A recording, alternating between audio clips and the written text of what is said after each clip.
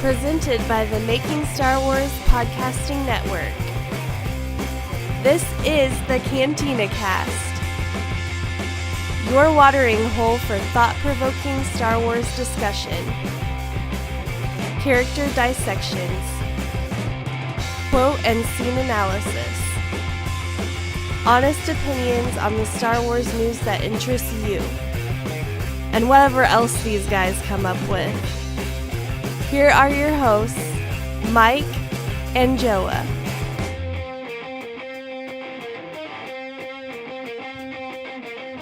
Hello, everybody, and welcome to episode 217 of the Cantina Cast. I am your host, as always, Mike, and I am joined again this week by Albert. Albert, say hello to the fine folks. Hey, Mike. Hey, fine folks. All right. Well, this week, I hope this episode is at least an hour. I don't know if we're going to be able to do that, Albert, because you know, this is good. We got a little bit of Snoke, and we got some of DJ who have been on screen. Probably this episode will be longer than all their screen time together, I think. Absolutely. So this is going to be a little bit of a challenge for us, but I think we can do it. As Cantina Cast tradition goes, we tend to discuss things longer than that they are in the movie anyway. It's like the trailers. We do an hour show for a trailer that's like a minute and a half or whatever it is. But anyway, we got a few things to talk about with news, and one of the things that we're going to mention off the top. It's a bit spoiler. Yeah, that's a tongue twister. It's a Friday night, so hey, you got to forgive me. In any case, we had those. Remember the last couple of podcasts ago, we mentioned the Legos leaking and stuff, and we went over the Millennium Falcon, and we were hesitant to say, wow, that isn't real. I don't know, it could be fake. Maybe it's real. We weren't sure. Well, it turns out that image was, and now we're going to discuss the Lego sets, which kind of, I guess they always get leaked or whatever and stuff like that. But there's some interesting things with them. I think one of the things that jumped out at me, first and foremost, is one of the characters looks like a Pike from the Clone Wars. Moloch, I believe his name is. I could be wrong there. Moloch. Yeah, he looks like a Pike, which would be pretty cool if that's the case. And then Rebolt has a whip, which I thought was kind of ironic considering, you know, Harrison Ford, Indiana Jones and stuff like that. But Albert, what jumped out at you? What did you think that was interesting, if anything at all? Yeah, there's actually a couple of things, and I don't want to like dissect these Lego figures. But there are some things that stood out. Like the first one that jumped out to me was Kira. We've had finally we get this Kira character in it's spelled Qira, but for her, I just want to go back, and it's not really a spoiler because I think they've already announced it, but. This is the name that was used, I believe, was it for Rey, I think, in a lot of the artwork. And we saw that in the TFA artwork, the Last Jedi artwork. But Mike, when Kira was also used as one of the companions for Star Wars, The Old Republic. Yes, that's true. Yeah, it's a name that's been around, so one of your favorite games. Yeah. Yeah. Anyway, we'll leave it at that. I won't. I know you like the game, so I'm not gonna. But continue. It's okay. Han Solo, the character, that little action figure, I thought stood out. He's got two outfits here. We've got him in his, I guess in the browns. I guess it almost looks like kind of like a Star-Lord dress. I guess, or kind of looks like that. Actually, he's got three. He's got the Imperial disguise one. Yeah. And then he's got the. Oh yeah, he's got the. Yeah. White vested with the speckled stuff.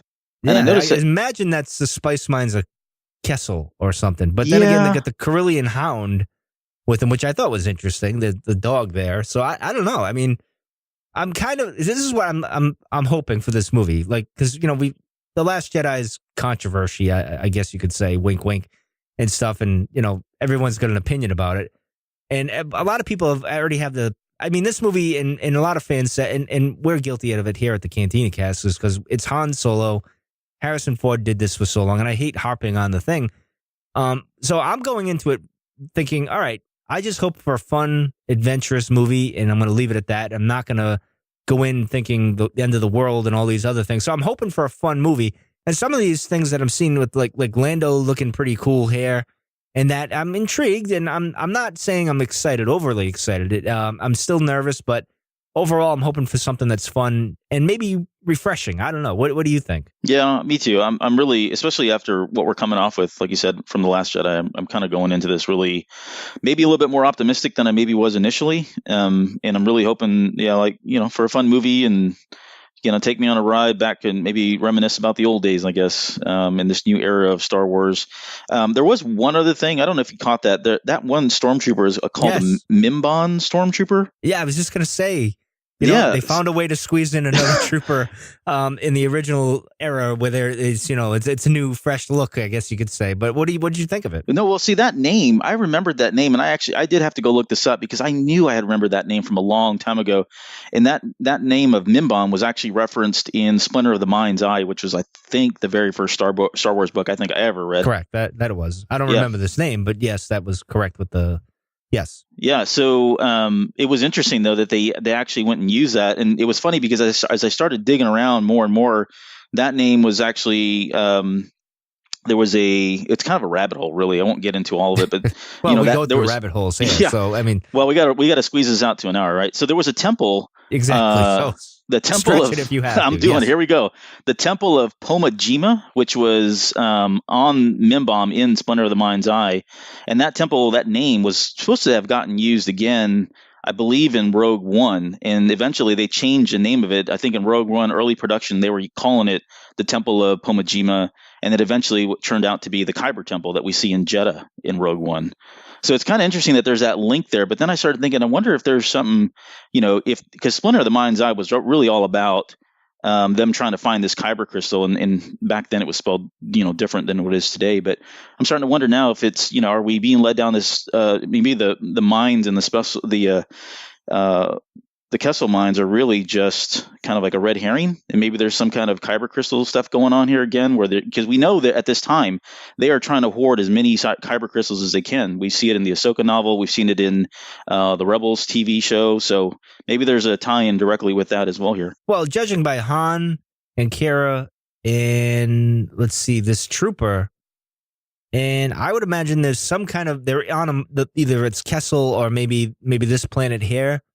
Because that's not camouflage. I thought it was camouflage at first. It doesn't appear to be.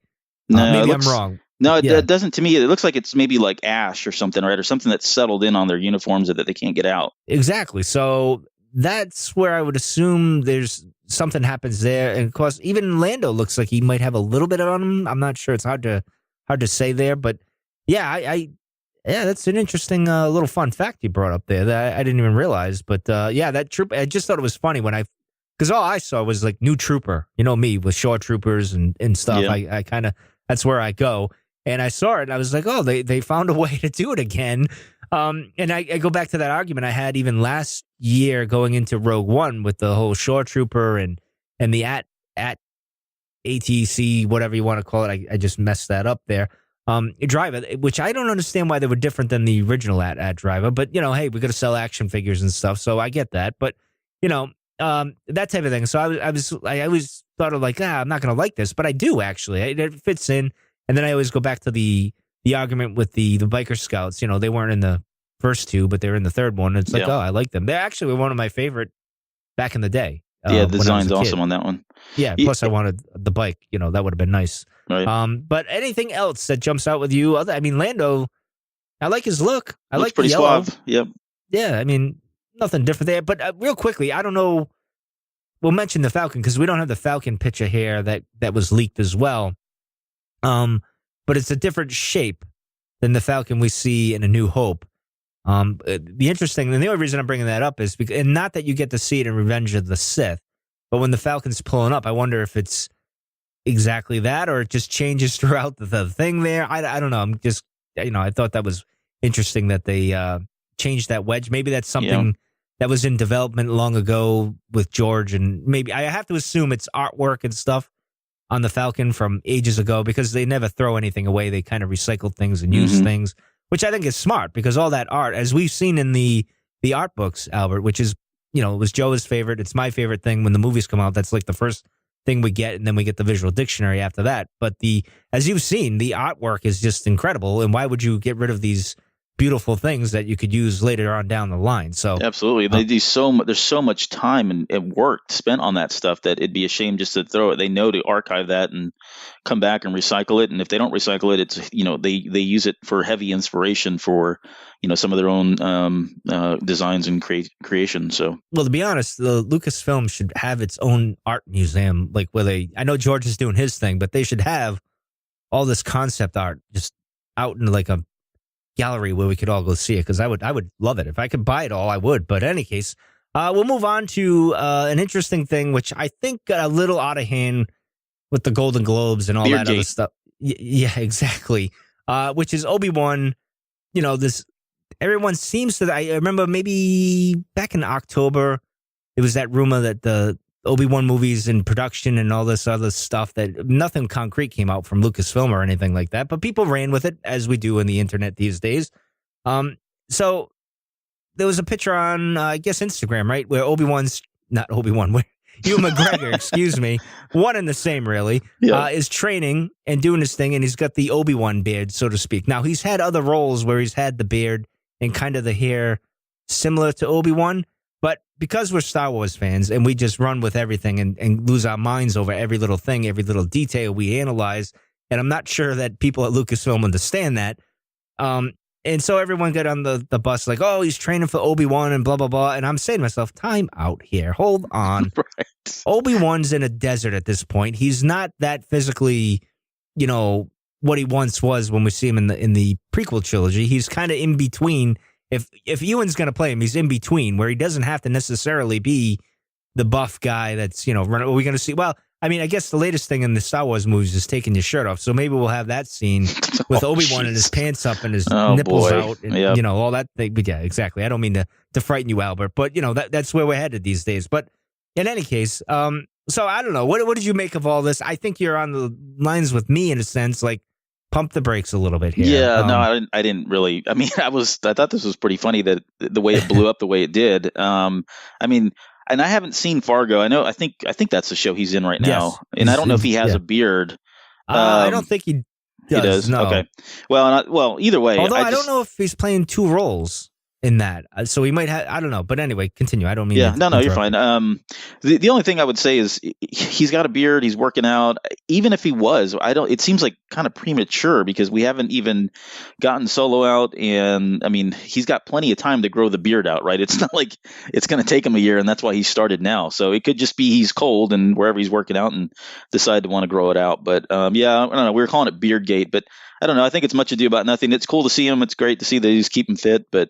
Yeah, to your point, I mean, if we're going back to that era, what's Obi-Wan really doing? He's not getting buff. He's sitting there kicking back, eating Jawa cakes or whatever, he's snacking on there in the desert. So is that even a thing? Jawa it is cakes? Now. Yeah, Jawa cakes. It's canon now with Albert. Yep. We just made a canon. Yep. I again with the like it was a few years ago when he did that role for being in the desert as Jesus, I think it was, or whatever that role was. I forget what it was. And a lot of people use it in their YouTube trailer things that they make for an Obi-Wan movie where he's got the thing and he looks like he looks like Obi-Wan in the desert, but it wasn't that. Nobody really harped on it there when he grew out you know what I mean? He's had several times with the beard. It's funny because all the Star Wars fans are like, oh yeah, that's Obi-Wan in a different movie. That's how we look at it. But I think we got to calm down. I think there will be an announcement fairly soon. I would think next summer they would say something, because you got to think, all right, we've had The Last Jedi. You got the announcement of Ryan's trilogy coming out at some point, right? And I assume they'll start kind of production on that at some point. He's got to write it and do all. Yeah, he's got to flush all that out soon. Like I would imagine that's what he's going to do all next summer while he's relaxing by the pool and stuff. So you got to imagine, all right, Solo's done. That's The Last Jedi is done. We got to make that, 9's going to come out at some point, but what's after that? We got to come up with an announcement at some point. You figure they're going to have that spinoff after 9.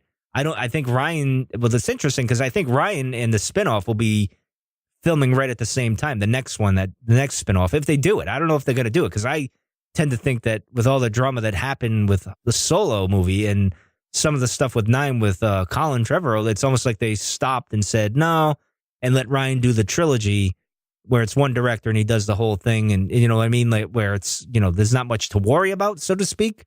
So I don't know. But anyway, any more thoughts on Beardgate or maybe the next spinoff that'll come out or whatever?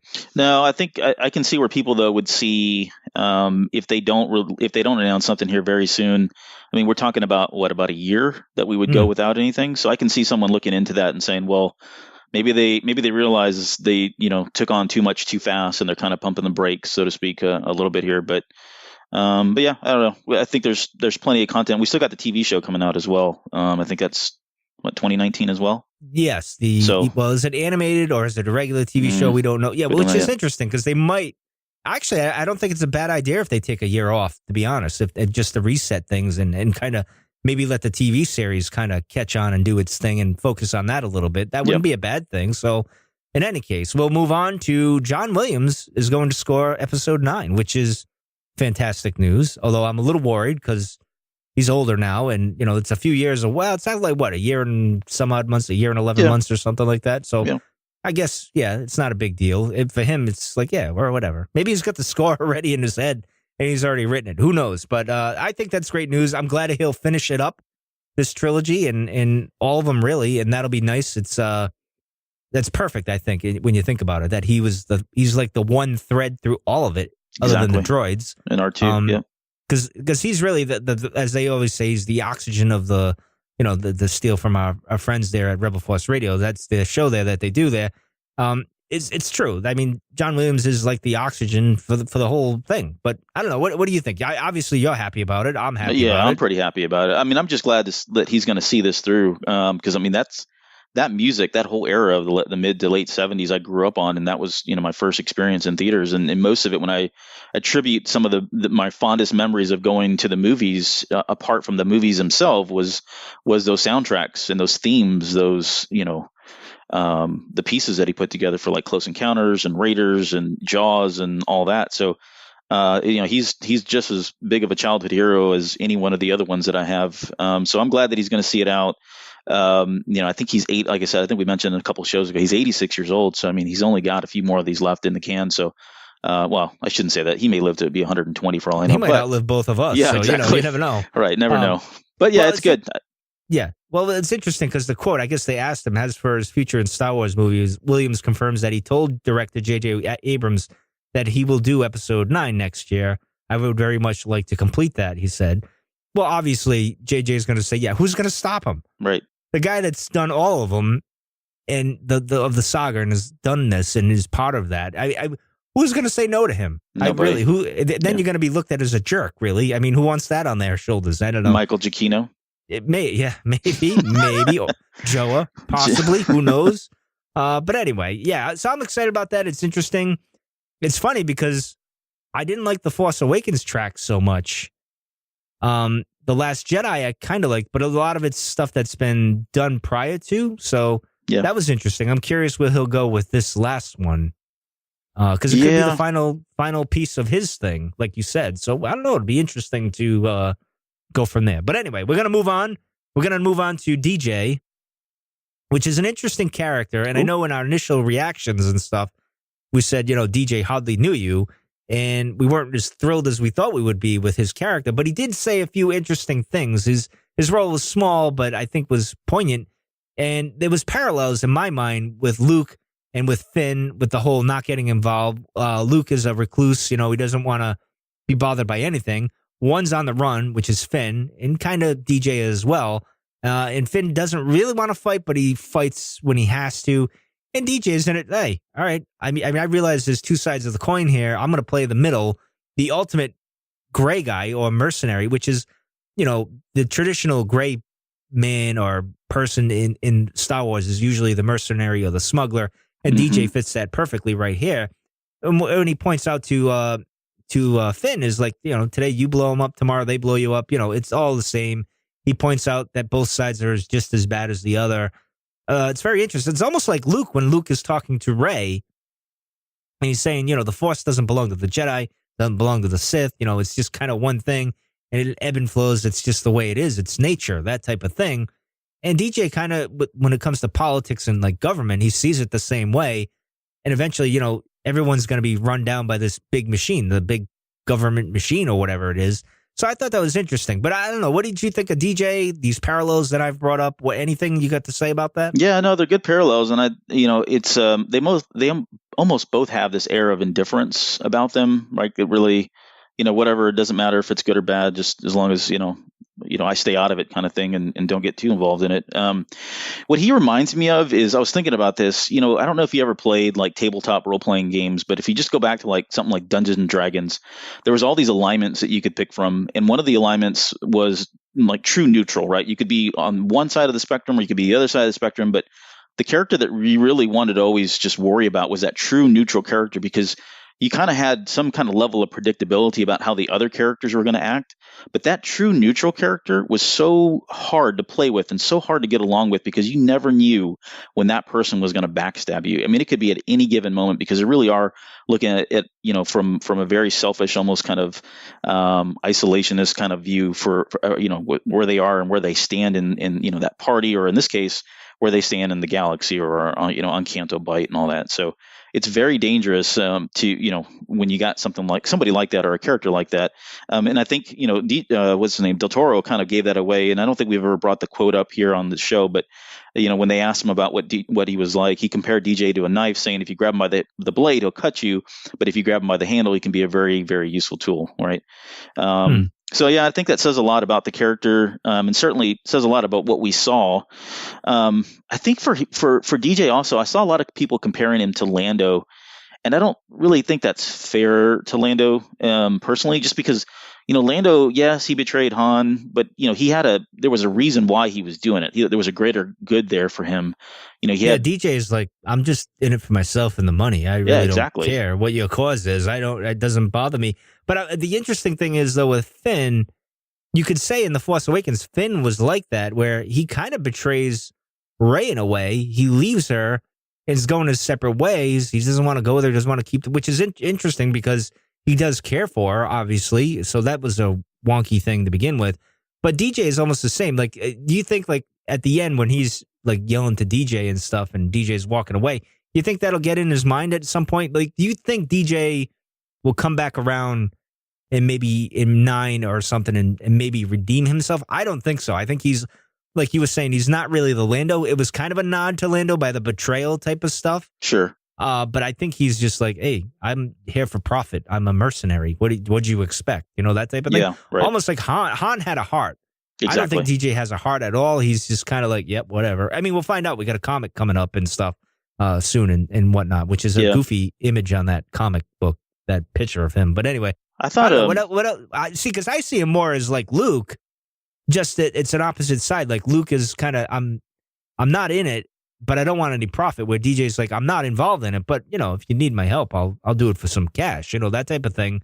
Where he's really not siding with anything, and he's not joining, like he's not forming an allegiance. Very similar to Luke in a way, I would think. No? Yeah, no, I would agree, and I would say I wouldn't mind seeing him in 10, but I'd like to see like maybe a scenario where he's flipped, like they're not expecting to run into him, and then suddenly they do, where he's maybe doing something for the First Order and betrays the First Order for the Resistance or the Rebel Alliance, right? Kind of as he says, today they blow you up, tomorrow I blow you. Yeah, that'd be cool to see that kind of that dynamic where he reverses roles in 10 in some way when they're least expecting it. The other thing I was going to say about him, he reminds me a lot, like, and I don't want to get too religious here, but almost like a Judas character, where he he betrayed Jesus for 30 pieces of silver or whatever. Yeah, and this is the same kind of thing where he betrayed Finn and Rose for basically money, gave him up to die. So that was a neat little parallel that I don't know if they were going for it or not, but it was kind of cool. It's interesting too, because I was asking just kind of a side topic or a side conversation there with one of my buddies at work, and he was mentioning how he really liked DJ, which I thought was interesting because I haven't found. I mean, I've had people tell me, he was kind of cool, he was kind of interesting, but no one's really just kind of gone all out and said, yeah, I thought he was awesome. And this guy did. He was all about it. He said it was he was one of his favorite characters because he just seemed like an unassuming badass, quote unquote, which is kind of cool. So I'm glad that we got the comic book coming out, and I think the comic is actually supposed to pick up it's supposed to start just before he ends up in jail, and so we kind of see the events that lead up to him going in jail. And this isn't a spoiler because I think it's been out there for a while. But another interesting fact about him was that he was actually in jail that night because that is the only safe place where he can go in and get a good night's rest. So he does things. At least the way I took that quote was he actually goes out and does these little kind of petty things to get caught. He's doing all the bigger stuff, but he will do these one little things in front of, out in the open, get caught. That way he can go to bed, get a good night's rest, and be safe because that's the only safest place for him in Canto Bight, which is the jail. So it's kind of an interesting dynamic there. So I think it'll be kind of interesting to see how that plays out in the comic book. See, I think what he cares about is probably BB-8 out of that group. Like, I think that's like he had a bond with BB-8, and that's probably the only thing that maybe pulls at his heartstrings, other than money.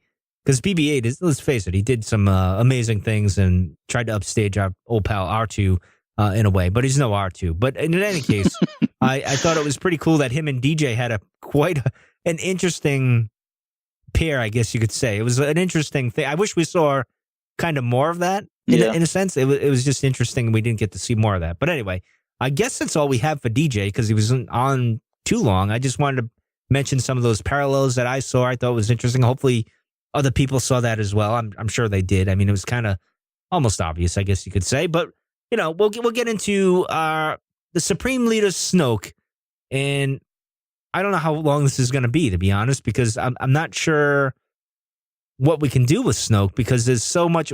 Going in, we had this buildup of what he could be. Is he this? Is he that? This theory, that theory, everyone's theory sucks, this, that, and everything. Yeah. But there's a few interesting things, and some of it's from the visual dictionary, and I'll start right from there. Few have ever seen Snoke in the flesh, which to me sounds kind of weird in one sense, although I can retcon it in my head in a bit, and I'll get into that in a second, is because what Leia says gave me the impression that he'd been around the family forever and kind of almost like Palpatine kind of whispering in Ben's ears when they weren't looking type of stuff. Like crashing the family parties, right? Showing up drunk and, exactly pulling Kylo over to talk to him, somewhere when no one's looking. Chris, that type of stuff. So, and then when you read Bloodlines, I was waiting for something on Snoke as well, like with Leia and, maybe talking to Leia and stuff, because I assumed, and that's probably wrong on my part, that he'd been around the family and, the way Han says that's just Snoke talking and blah, blah, blah, blah, and stuff like that. And that didn't turn out that way. I mean, I thought they just left him out of the Bloodlines book because, well, they didn't want to reveal anything about Snoke and stuff like that. So, but any other thoughts on this here? No, I'm with you 100%. Like, because in Bloodlines, you almost got the sense that, okay, that he was around, that he was influencing, brainwashing, whatever it was that he was doing to Kylo. But then when you watch the movies, when you watch 7 and you watch 8, he almost comes across as a completely reclusive character. Like no one ever really gets to see him. No one ever gets to talk to him. And yet we know he had some kind of relationship or some type of influence on Kylo Ren. So I don't know, maybe he was doing that. Maybe he was like force connecting with him, and that's that dynamic of it all, where he wasn't physically there, but he was still holding some kind of projecting or force timing relationship or something. I mean, I'm kind of theorizing here. There's no real grounds for that, but yeah, I mean, just the movies, like I said, the movies, you never really got that sense. And then when you talk about here, but no one's seen him in the flesh, apart from a very select few, and those select few being Hux, the Praetorian Guards, the Navigators, and then Kylo. Apart from that, or his attendants, I think is what they call him. But apart from that, it doesn't sound like many people have seen him at all. Well, see, in my mind, I get that after the fact, like, because in my mind, I guess I was thinking, all right, he's around the family, he's seducing Ben, he's kind of playing Leia and Han, and maybe even Luke and stuff, and then things go down, and Luke probably injures him or something because he's got all those scars and everything. And we'll get into that in a second with his look there, and stuff like that. And then he becomes, where no one sees him at all after he sees his power and has his play and everything like that, where no one's seen him for years, but they know he still rules because he projects his image and stuff like that. That's how I kind of see it going out, but I could be wrong there. But speaking of his look, now this is something that I wrestle with because I don't know how to take it really from the visual dictionary. It says Snoke disguises his true nature. Okay, what's that being? Is that why he's deformed in a sense? Like he couldn't get it the way he really wanted it to be in a sense? You know what I mean? And like, he's got this immense size of which he typically projects his form.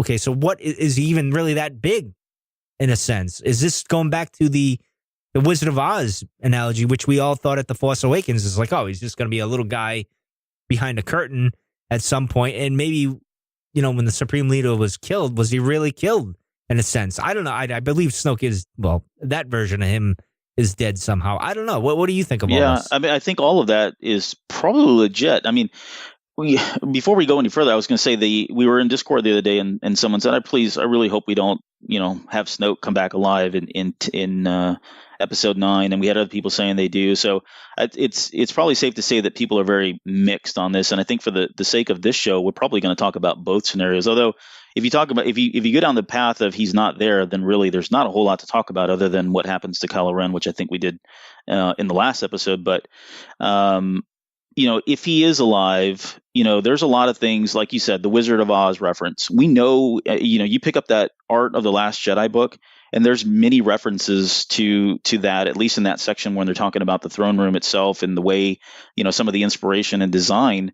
And I think even in the Force Awakens as well, they talk about this Wizard of Oz kind of thing where there's a man behind the curtain, and literally we get a curtain that burns down in this one. But so I think there's probably an argument to be made that I don't want to put a tinfoil hat on here, but well, it's tradition here. It's tradition. So please but I mean, go ahead. if he can, if we know he's that powerful to connect these two folks, and we see Luke demonstrating this like astral projection, right?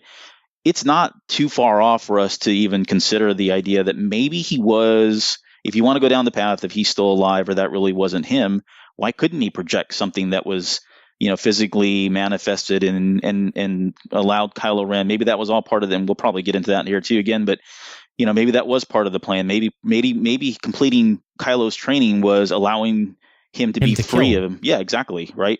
And so, I don't know. I don't think it's too far fetched to say that something of that magnitude in terms of force power wouldn't be something that Snoke would be capable of doing, given what we've seen him do already. Right. And we know he's, thousands of years old if you go by if the fact that if you believe he was the first Jedi and all of that. So he's got a lot of power. So we've seen some pretty powerful stuff from Luke. So why not? Well, here's the thing. I mean, I believe that's physically him, but that doesn't mean that he can't become something else, which makes me even think for Luke.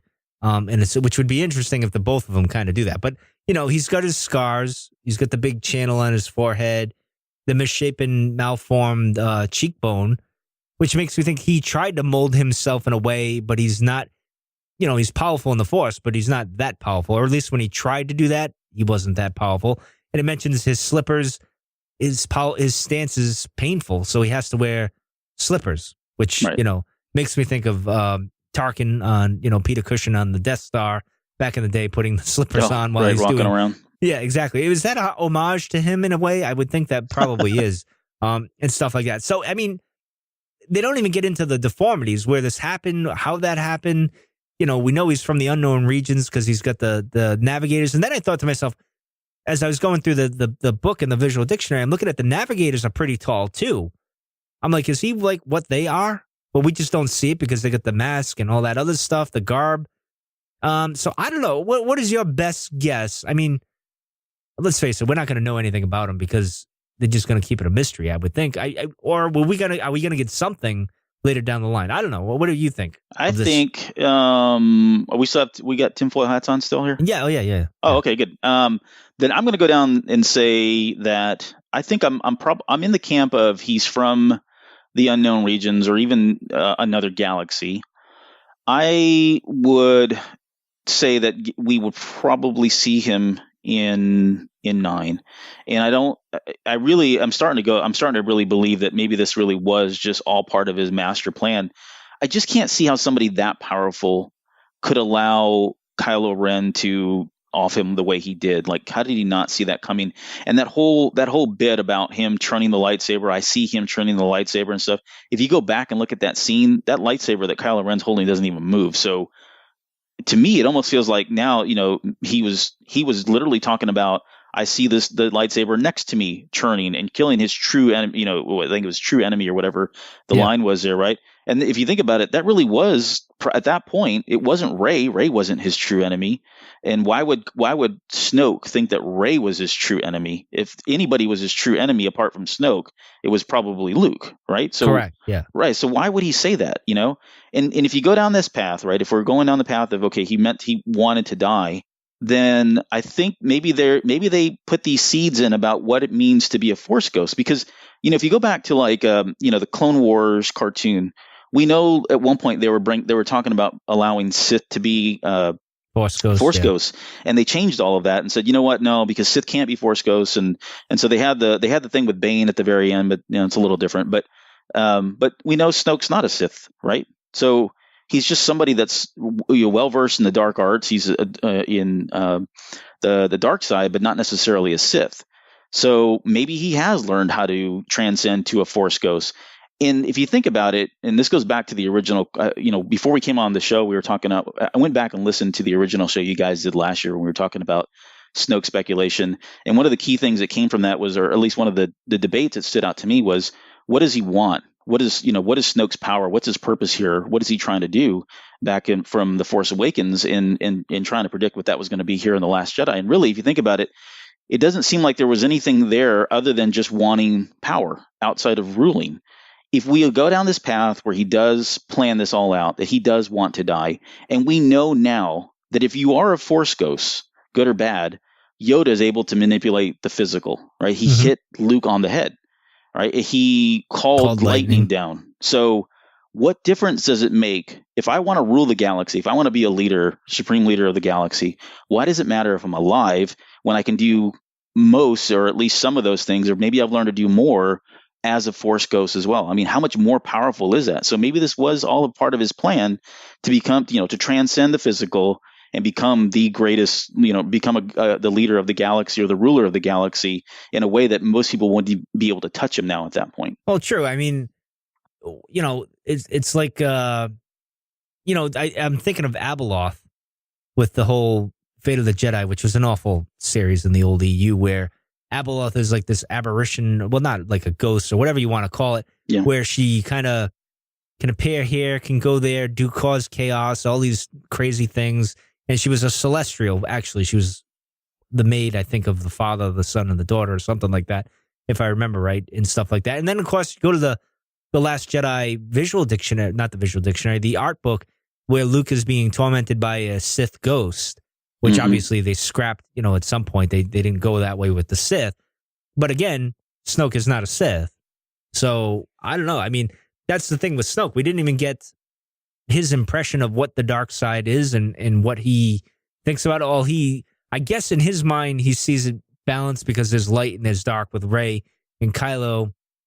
And he kind of sees himself maybe as the father, whereas Luke is also the mirror image of that, maybe the good side of that, where he's the one that balances the good and the bad on the good side, and he's the one that's on the bad side that balances the good and the bad on the bad side. So there's all that balance going on there. You could look at it that way. So I don't know. I mean, what do you think? What would his thinking be? I'll go back to your question where you said, well, what is his end game? That's a good question. I don't know what his end game is, because we didn't get much on that other than Kylo kills him. But as we said, that's maybe part of the plot, and we'll find out more in 9. I'm not sure. Maybe it turns out he really is Plagueis, and this was his thing all along. I don't know. Just to rehash those old theories out there and stuff like that. So, what else you got? Yeah, as far as Plagueis goes, I don't think they're going to go down the path of him being Plagueis, but it does feel like they're pulling certain elements maybe from that. from that. Well, they recycle things. Yeah, so, there's definitely like an inspiration or some kind of connected tissue there between, Snoke's background and what they're trying to do with him, or at least what little they've done with him, and what we know from the Plagueis novel and all of that. It would make 9 a lot. Well, I don't want to say easier, because Ryan made it really complex in my opinion, but or more difficult for a writer to come in and try to tie all this up. But it definitely would. We talked I think it was last show, and we were talking about, for Kylo Ren, what's his conflict now outside of the Resistance? Who's he competing with? It's not Hux. That's not even a competition. And so we went down that path of, what about, an apprentice coming up and all that. But if you think about it, if he did bring Snoke back, and I'm not advocating for it, we're still got tinfoil hats on here, but if you brought him back, then it makes that path, at least it makes the conflict a little bit easier. You give him something to go against. And, if you want to go down and start talking about redemption, well, that becomes a lot easier too, right? Because now he's got something that's going to cause that conflict and give him the ability to have a redeeming story arc. So there's probably, there's some good in him coming back. Whether or not, people feel like that's the right path or they want that to happen is, obviously going to be debated. But there's some good and bad in doing so. All right. Well, there's something we'll get into this, because this seems to be. And I think this has been debunked, I think maybe by Ryan or somebody else. Unfortunately, I didn't get the quote or wherever it is. And I noticed you put this in either late last night or today, and I didn't see it till today. But, there's that whole, was Snoke the prime Jedi, like the original Jedi? And I don't think so. I know the image looks like it, but I don't think that's him at all. I mean, granted, we don't know, because he projects a different image or appears differently than his true form. So that's a very interesting. I don't know how to still work that out yet. But in any case, I don't think it's him. Although I want that tattoo, that mosaic that was in the temple. I would love to get that tattoo. I just think it's awesome. But yeah, it does look like a giant smiley face when you look at it real quick. But so maybe I won't get it. But what do you think? You think he was the Jedi Prime? I don't think so. No, probably not. I mean, there's certain, if you look at the character on that picture, I mean, there's no denying that could look like him. It's got a bald head. It's narrow, right? I mean, all that looks the same. Yeah, big ears. You look at his legs. He looks like he's probably ginormous when he stands up. He's got the split down the middle. Snoke has the split on his head. I don't know. You could play with this thing all day and make yourself believe it, to be honest. But I mean, if you just going off of what Obi-Wan says though about the Jedi for 1,000 generations, I mean, what does that equate to in years? So you're almost aging Snoke that much at that point. Mm-hmm. So I don't know. I mean, what, Yoda was 800 years old. Do we really think somebody's going to be able to live thousands of years old? I mean, maybe he wasn't alive during that whole time. Maybe he did one of these Captain America things where he was in frozen or in a stasis, or who knows. Well, but it goes back to what we said, where, you think he's dead, but he goes off and becomes, whatever he becomes, and kind of observes what's going on, and then comes back into the realm or into the fold, I guess. Yeah. Which is interesting itself. So again, it goes back to that whole Abeloth idea. Just, I'll say this: the Abeloth thing was crazy. If they did it with Snoke, but at least they give him a shape or a form that he could take, I'm cool with it. I could deal with that. And it would be cool if we get Luke and him battling in the unknown in the Force. You know what I mean? Like they're all kind of just duking it out there and stuff. That would be interesting. A whole other battle royale where Yoda shows up, Kenobi shows up, Anakin. That would be cool. Leia, Han. I'm just kidding. Everybody, just pile on. But I always thought that would have been cool if Luke could actually.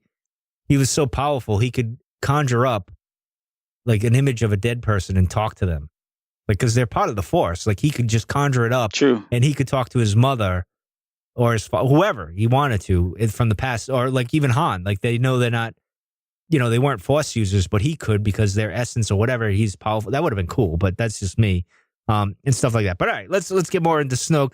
Let's get into his relationships. I guess we could say, he's got his attendants, which are the navigators and stuff, which I imagine is his closest thing to a family in the sense of like familiar, you know what I mean? Right. Like he's been around, like something that looks like him maybe. That's the only thing I can think of for the attendants. There's not much other than they look like the giant Jawas, I guess you could say, because of the glowing eyes and everything. But stuff like that. But I don't know. What do you got on Snoke's relationships? What do you think? Well, as far as the attendants go, I thought I like that design. Like, I really wish, I know they were in the trailer. You could see them, and there was people pointing that out when the trailer released, and then when the movie launched, we didn't get that exact scene, so they didn't really show up. But I thought they got a really cool look, and I was super intrigued by them because we were looking at the leaked pictures from the Visual Dictionary just days before the movie came out.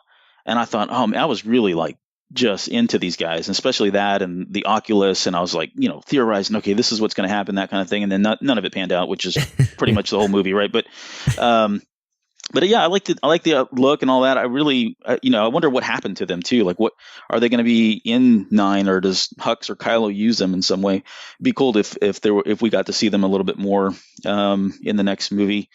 As far as Snoke's other relationships, I was thinking about that too. Like, who all would get to see Snoke? Because really, we know that it's only Kylo Ren, Hux. The navigators. We talked about him. But, I wonder if like Phasma ever got to go in and see him, because I can kind of see the three of those, Phasma, Hux, and Kylo Ren being like the sniveling kids, right? Hux and Kylo are like the brats. And I've had to go that far. If you want to go down this path of family, this dysfunctional family that they are, I almost would put Phasma as the oldest kid, Kylo Ren is the middle child, and Hux is the whiny baby, because they're constantly bickering and all that. I can just kind of envision that. I realize I'm kind of getting silly here, but yeah, I mean, I don't know that if he even had a relationship or what those were like. I would imagine he's got this title of leader, and it's absolutely nothing that we today, like what we think of. And there's certain aspects of leadership that I think that he certainly has, not in a good way. But I wonder what those relationships are like with Hux and Kylo Ren. I just imagine they're just constantly more of what we saw with what he was doing with Kylo Ren, and just kind of like tearing him down and bringing him back up. I mean, he literally throws Hux on the ground at the very beginning of the movie through his hologram. So I don't think he's got really good relationships. I mean, if we're talking about that, or it's very totalitarian. One-sided. Yeah, it's one-sided. I mean, he's kind of a jerk boss. I kind of made that joke in the last episode, but well, here's the thing, and you mentioned leader, and I have it in the notes here. To me, maybe I'm wrong, but I didn't get the sense of like he's in reverence like the Emperor was. Yeah, like what I mean. Like, it doesn't seem like he's looked at favorably. It's just like, all right, this dude's in charge and he's powerful, and I can't really mess with him, so I'm just gonna be the cog in the machine type of stuff. I don't get that. And I'm not, because Palpatine duped everyone and made people believe that he's kind of good, he's doing kind of good things, and lied and everything. Where Snoke is just like, do this or else, in a way. So I don't get the sense that he's as liked, I guess you could say, which is weird because the Emperor was evil too, and stuff like that. I don't know. Did you get that sense or no? No, I got that too. And I would say maybe I almost want to take it back to the titles. You got somebody who claims themselves as the leader, Supreme Leader, and then you got somebody who is the Emperor, right? And I think maybe in those titles themselves is where it lies, because they both ruled by fear, so they got that in common. But I think with Palpatine, he built that empire up, right or wrong. He was there from the beginning. There were people that bought into what he was trying to do, saw him as a salvation, right, to some extent. And so maybe he does have that. Maybe that's where some of that reverence comes from, is the fact that he was there from the beginning. He did build it up.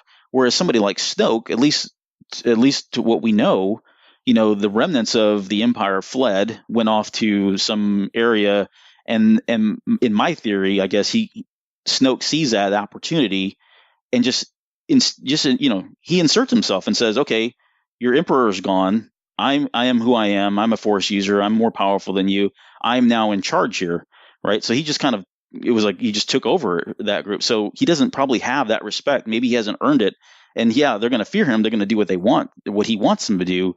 But he never really earned anything. He just came in and it was an opportunity. He took advantage of it and then built on what the Emperor had already built, or what the Empire had already built, and modified it and made things better, that kind of thing. So maybe that's where some of that lack of respect, or I don't know if that's really the right word, but what you're talking about, that lack of reverence that we saw with the Emperors, we don't see it happening with Snoke. Yeah, I think that's probably a good reason why it's like that. But in any case, we'll get into Well, because I want to finish up with the philosophy of the dark side with him.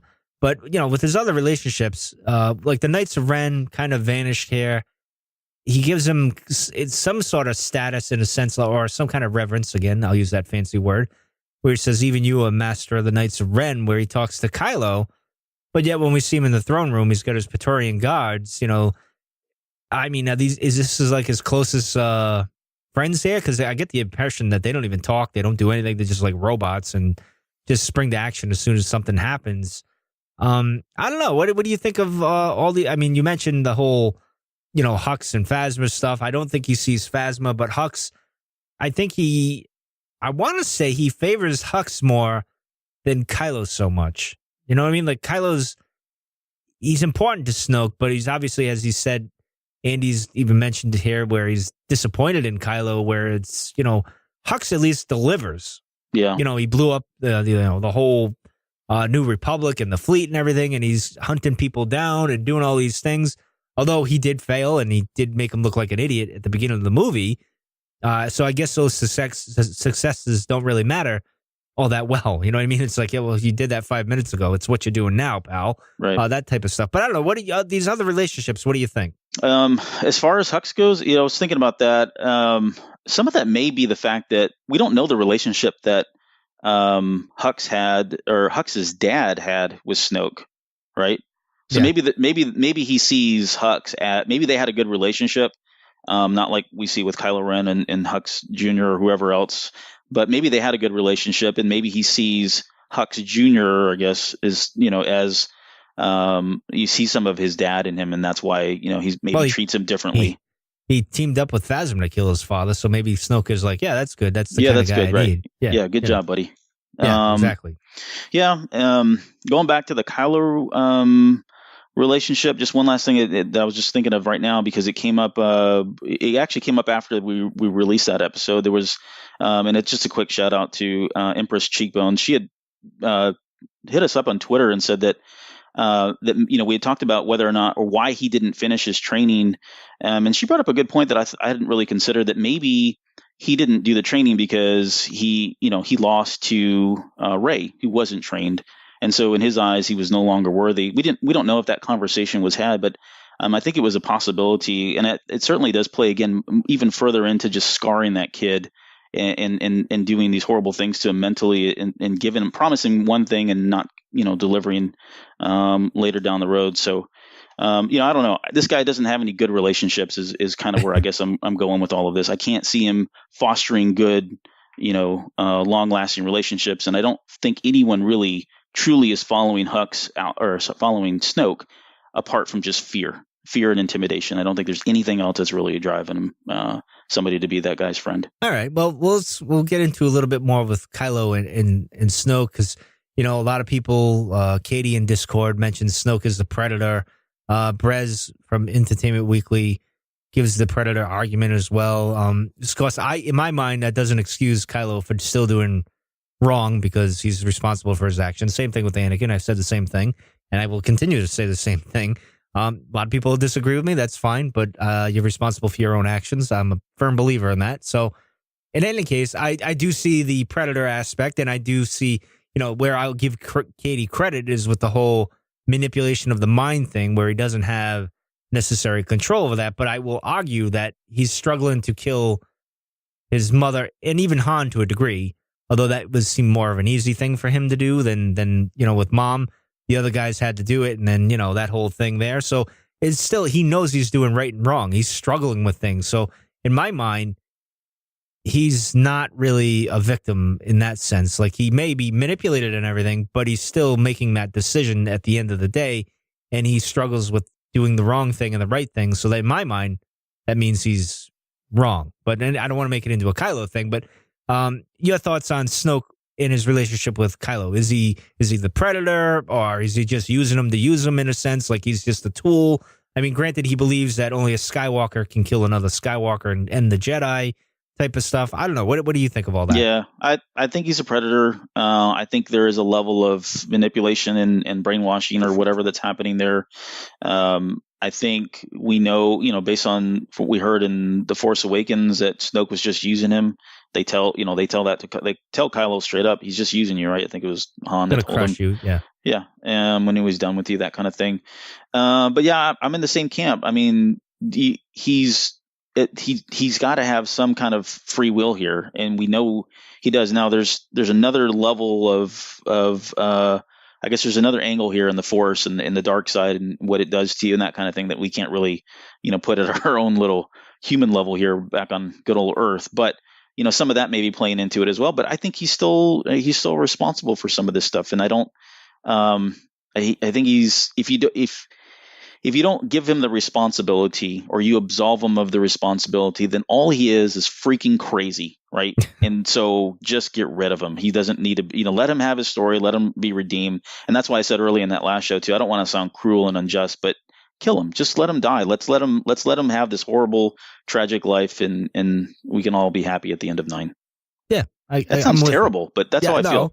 Well, like I've said to you before, and I've even argued with Katie in the Discord, and she's probably yelling at the podcast or the radio or wherever she's listening to us right now as we speak, is, he is responsible. He all those things. He's struggling with it. Like, you can see it in his, it just doesn't make, to me, I just don't buy that much. I mean, granted, he does manipulate the whole situation with Rey and Ben to a degree, but they also have that connection where they go beyond that, right? Like, they're still communicating even after Snoke dies, or is Snoke dead? Wink, wink. Mm-hmm. That type of thing. So, that's where I stand with that.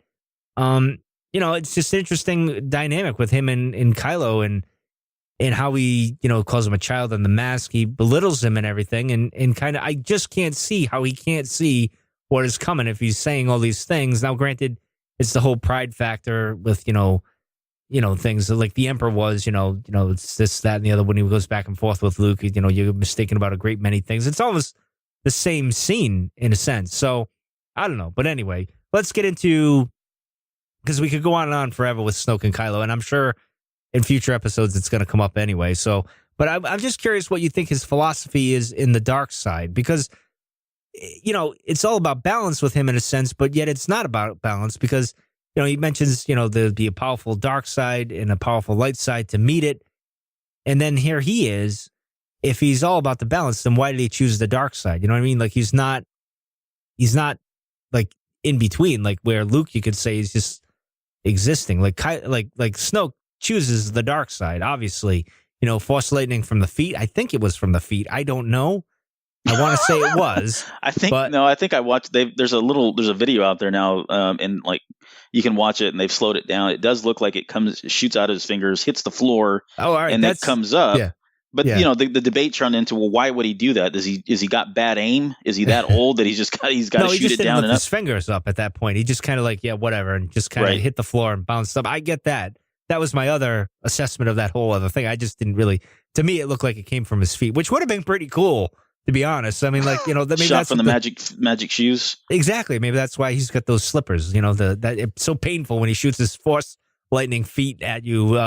Maybe that'd be a nice Battlefront 2 mod, to say the least. But continue, sir. No, I was going to say, in the visual dictionary, I think they have him. His nickname was Twinkle Toes, so maybe that's where that originally stemmed from.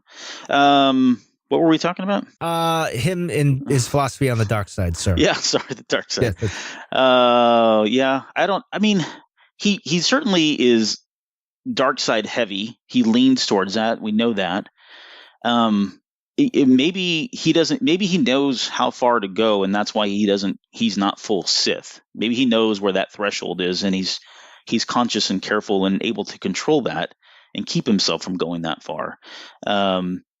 So I would like to think that he's super heavy on the dark side. We know he's obsessed with the dark side. He's got the ring, and I don't think we're really going to get into that tonight because of time. But he's obviously he hoards these relics or these artifacts, and he's obsessed with it. So it may just be through knowledge and all that. But maybe he's kind of like where Luke was, where he kind of understands that you can't really be too far on the spectrum one way or the other, and that you can get really close to it, and maybe I think he just kind of walks that line. I think he toes that line of just on the brink of really giving himself completely over, and that allows him some of these other benefits of having like we talked about, right? If I subscribe to my own theory of him being able to turn into a Force ghost, maybe he knows that if I go too far, I'll never be able to have that, and I will only have what's here in this mortal life, and so he can kind of play on the light side of things whenever it benefits or suits him most. So that's kind of where I see him, and we obviously won't know any of this until we get a book or some kind of background story or something like that. But that's kind of where I am, I guess, based on what we know. Well, it's interesting that he's got the Dewarty, I think that's how you call it. And, he's got reference to, and, it's got Darth Vader's obsidian from the catacombs below the thing. It's just interesting that he mentions like Darth Vader. He holds Vader in high regard, or is he just manipulating Kylo because Kylo is buying into that story, so to speak? And he's like, oh, it's my grandfather. So he's just telling him that story. Maybe he doesn't really look upon Vader that well, although he's got the ring. So, but that could be more of like stimulating Kylo, as Katie had said in the MK Ultra episode, where she's talking about, it's like a visual cue where it kind of reinforces things. I think that's what she said. So Katie, forgive me if I'm wrong on that. So, but in any case, I just think it's interesting that he doesn't really mention the Emperor at all. And like the Emperor is kind of forgotten. They just mention the Empire. They don't really mention the Emperor. You would think, if Snoke seizes on the Emperor's stuff, like he would maybe, kind of say something about it, but he doesn't really. He just mentions Vader all the time and uses him as a tool for Kylo. So I'm wondering if he even really likes Vader, or does admires him at all, or doesn't really care. See, I think all that. I think he does. I think he probably does. I think he. I don't know if admiration is the right word, but I think he's well aware of Vader and Palpatine, and he probably admires some aspects of them. But I think in the movie itself, and this is kind of what Ryan was alluding to, and I forget the quote. I'm not going to try to pull it up right now, but there was one quote recently where he said, if I went into this whole thing and allowed him to kind of have this, soliloquy or monologue of why, or if he went into that and started talking about those, who would he be talking to? Rey's not going to care, right? I mean, she doesn't care about any of that stuff. So it would have to be, there would have to have been more in the script, or at least an opportunity for him to kind of be able to give that exposition and not make it look like, oh, see what we're doing here? We're kind of pulling it back to the old movies. And I think that's why we'll probably get that context and that background in some kind of a novel, or maybe we might get in the novel that's coming out. Yeah, we might get, so that we got that to look. I'm looking forward to actually, listening, because I do the audiobooks, because that's the only way I can do the Star Wars book, because I have to have my effects and stuff like that. So, I can't help it. The hum of the lightsaber, I need it when I'm reading, I guess. I don't know. Yeah. But so I'm not sure where to go with Snoke, if what his plan was, what his whole thing was. Even with Kylo, you go back to that whole scene with him talking, show me grandfather, show me the power of the dark side, I will finish what you started. It's almost like, did he have a conversation with Vader in the sense of and I think I mentioned this last episode where maybe, and they were playing with Anakin's Force Ghost for that, where, he'd come back in between, he's in between and stuff like that. And maybe he puts the idea in Kylo's head to take out Snoke at some point. I don't know. That's kind of, I think he did have a conversation with Vader, and I think maybe he even had that exact conversation, but I really think it's Snoke. I really think Snoke was the one that was putting that in his head. It's all more manipulation. It goes back more to that MK Ultra stuff. I really think that's what was going on. I think he was just, having these conversations with Kylo at night as Vader, almost like a puppet, bedtime story with grandfather kind of thing. So, it certainly would explain why he was so crazy and why he was kind of talking to that helmet in the way he was, because you get the sense that he really believes that thing was talking to him, or at least some essence was talking to him. And we know, given now what we know about Snoke and what he's able to do from The Last Jedi, I think it's pretty feasible or plausible that could have just been him doing more brain games and manipulate him in that way. Well, so I've decided that Snoke is actually the son from the Mortis arc. Just now? Yep, that's what I'm going to go with. Okay. Granted, the son died technically, but I don't know. The clues are there. I'm just going to leave it at that. But anyway, I think we're going to wrap it up tonight for Snokey. I think we've gone on long enough, as much as we can with Snoke at this point. Maybe when the book comes out, we'll do a little mini topic on it. When that all comes out, I'm sure we'll have a bit of a breakdown with that, because there's obviously things we will get more in the book than we did in the movie and stuff. So that'll be interesting to compare the two. That'll be fun. And stuff like that. But we went longer than we thought we would with Snoke. You know, I thought it would be a 10-minute conversation, to be honest. So hopefully we hit enough good points tonight and stuff like that. And, you know, we got you guys thinking and stuff. And obviously send us your feedback to us. And I think it should be in the description anyway, the where you can email us. I always forget it. It's a cantinacastfanmail@gmail.com. I always forget it. That's Joe right. was good. Yeah. Oh, it is right. So there you go. Send those questions in because I believe next week, the 20th, right? I believe it's the 20th. We're going to do the listener feedback show. We had a bunch of questions we didn't get to. I was finally able to get the password for our email because Joe got a new phone. It was a whole thing with the passwords and everything. So we weren't ignoring you. We do have the emails. We will get back to you on next episode and stuff like that. But if you have any questions, by all means, send us more in, and we'll make a show out of it next week and stuff. It should be fun to see where your guys' heads are at this point and stuff, and compare it to our headcanon, I guess you could say. Yeah, but anyway, and even if it's not Last Jedi, if you've got just something else, you can send that in as well too. Yeah. Any Star Wars related, I assume most of it will be Last Jedi, but you know, hey, it's whatever. We'll answer whatever we can and go from there and stuff. But any final thoughts on Snoke, Albert? No final thoughts. I would say if you leave this episode with nothing, at least know that we've given him two nicknames, Twinkle Toes and Snokey. I like Snokey personally. I like Twinkle Toes. Yeah, no, Snokey's better, I think. But anyway, we're out of here. We'll see you guys next week, and that's it.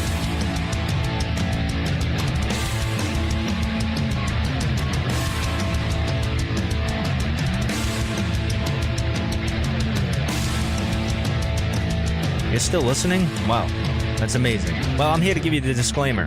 Normally we do a big, long, drawn-out disclaimer thing saying what's what and who's what and all that other stuff, but I think you guys kind of know that Lucasfilm and Disney have no affiliation with us at all, and we have none with them. We talk about Star Wars, which is their property and all that other good, fun stuff, but I think you can tell which is our stuff and which is their stuff. If you can't, well, then send a lawyer to send an email to me, and I'll be glad to chat with them. Other than that, you know what's what, so that's your disclaimer.